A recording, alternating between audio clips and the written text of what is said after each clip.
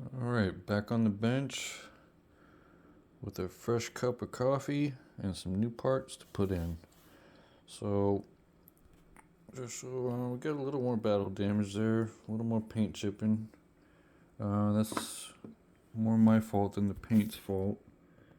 You can see there, it's mostly in the front and in the wheel wells, and a little bit there.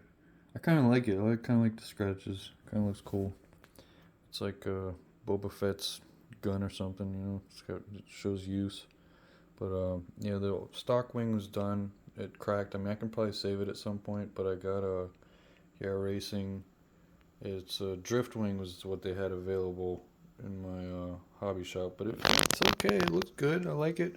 It's slightly off center. I don't know. You can't really see. It's like maybe 2 millimeters off, but I probably had to widen out those mounting holes and just adjust it up a little bit to get it to fit right. But got some fresh set of two foams. These are the foams I'm using, thanks to RC Crazy, your recommendation there.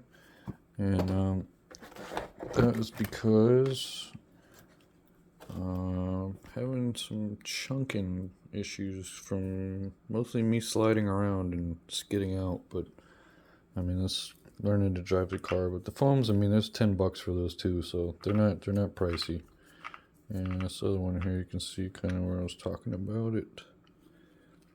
Chunk, I mean, it kind of split. I think it hit some something sharp in the road, cut the foam, but I was able to glue it back, and it's holding up. It's not flopping around. So, but after the last run, while I was running, I noticed a buzzing sound, and I thought it was this play in this drive shaft here, which I'm going to address that once I put these parts in. But it was mostly, I think this foam came unglued about halfway around, so it was, it was flopping around. So glued those back, and the issue I was having with my antenna, I have this little cover now because the guys at my local hobby shops, Michael's RC Hobbies, they hooked me up with a free antenna for, I got a bunch of other stuff, diff fluid and a diff locker and all that, but free antenna with the cover, so I got that on there. But I cut this too short, and I had the exposed tail sticking out the top, like,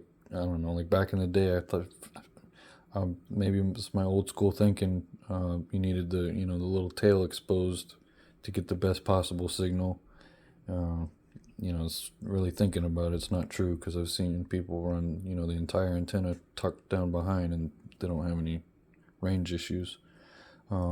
Anyway, let's see, new parts here. Have the receiver, which I'm going to put that in, and hopefully that'll solve my signal interruption and range issues, which I think, I'm pretty sure that the tail snapping off was the cause, because I didn't know. What I was told is the length of that exposed tail determines your signal frequency, or what it uses to communicate with the radio. So if that changes, you can have interruption signal. So that would explain what my problem is. But anyhow, I got the motor mount here. It's not the Racing one, it's just a generic one, but it's good rated. Looks like it's well made. And that'll allow me to run bigger pinion teeth, because right now I have the 31 tooth, and it meshes perfect with the stock motor mount in the K position, which they don't list a gear for that on the chart, but it fits. But that's as big as I can go with that stock motor mount. And got some bearings. I'm not looking forward to putting those in, but it needs to be done. That'll give me a few more mile an hour, I'm sure. At least 2 more mile an hour from less friction in the drivetrain. Take 2 on the turnbuckle set. As I explained before, snapped off one of the little ball ends there, trying to put this in. So that'll help me dial in the alignment, which honestly I was really happy with when I took the car out last time, how it drove. It was wandering a little bit, but it's nothing I couldn't counteract with the radio.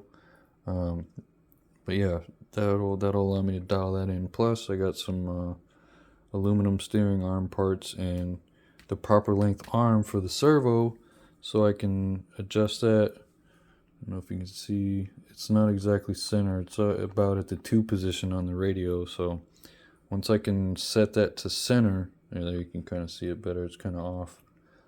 Set that to center to this. It'll be easier to trim the steering if I need to, which I really didn't need to touch this trim on the last run, which was cool. So, but yeah, you can see the steering play there. It's kind of going. I mean, that's not good. Just notice it's noticeable, but it's not horrible. And probably gonna run some through bolts through here, like pretty much everybody that has this chassis that runs it for any length of time, you end up addressing that issue there, which is fine. It's easy fix. But yeah, that's what I got going on. And just real quick, I'll show you how I wired the lights here. Pretty simple. I mean, it was I pretty much transferred everything over from my drift truck. And they say you can't put lights on this body, but I mean, I just drilled the holes and shoved the light buckets in there. The rears, I put the washers and the nuts on there, but the fronts, that just the tension from the hole holds them in place. And I was I guess fortunate enough to get the holes straight, so the lights point straight. They don't point up or down, so it looks good. But yeah, that's what I got going on.